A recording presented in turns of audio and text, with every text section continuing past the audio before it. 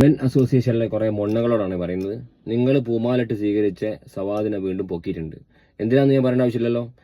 ഇവന് ബസ് കയറി കഴിഞ്ഞാൽ എന്താണ്, പെമ്പിള്ളേരെ കണ്ടു കഴിഞ്ഞാൽ ഇവന് എന്താ പറയുക, ഞരമ്പിന്റെ അസുഖമാണ്. കാരണം ഇവന് സിബ് ഊരിയിട്ട് ഇവന് കൈക്രിയ.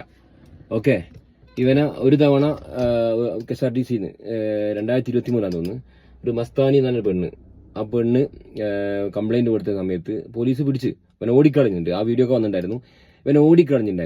ഇവനെ ഓടിക്കളഞ്ഞ് അവസാനം ഇവനെ പിടിച്ച് ജയിലിലൊക്കെ ആയി. അവസാനം ഇവന് സപ്പോർട്ട് ചെയ്യ കുറെ മൊണ്ണകൾ ഈ കുരിപ്പ് വീണ്ടും ഇതേ പണി തുറന്നിട്ടുണ്ട്.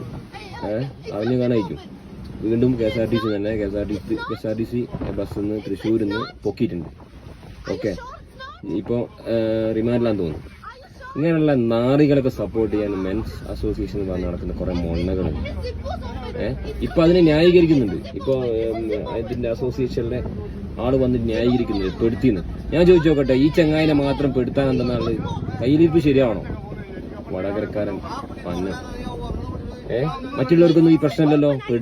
എന്താ പെടുത്താൻ ചെയ്യുന്നത് തെറ്റൊന്നല്ലേ? ഇങ്ങനത്തെ കാര്യങ്ങൾ ചെയ്തിട്ട് പിടിച്ചു കഴിഞ്ഞാൽ പെടുത്തുക, ന്യായീകരിച്ച് മെഴുകുന്നു ഓരോരോ അസോസിയേഷൻ.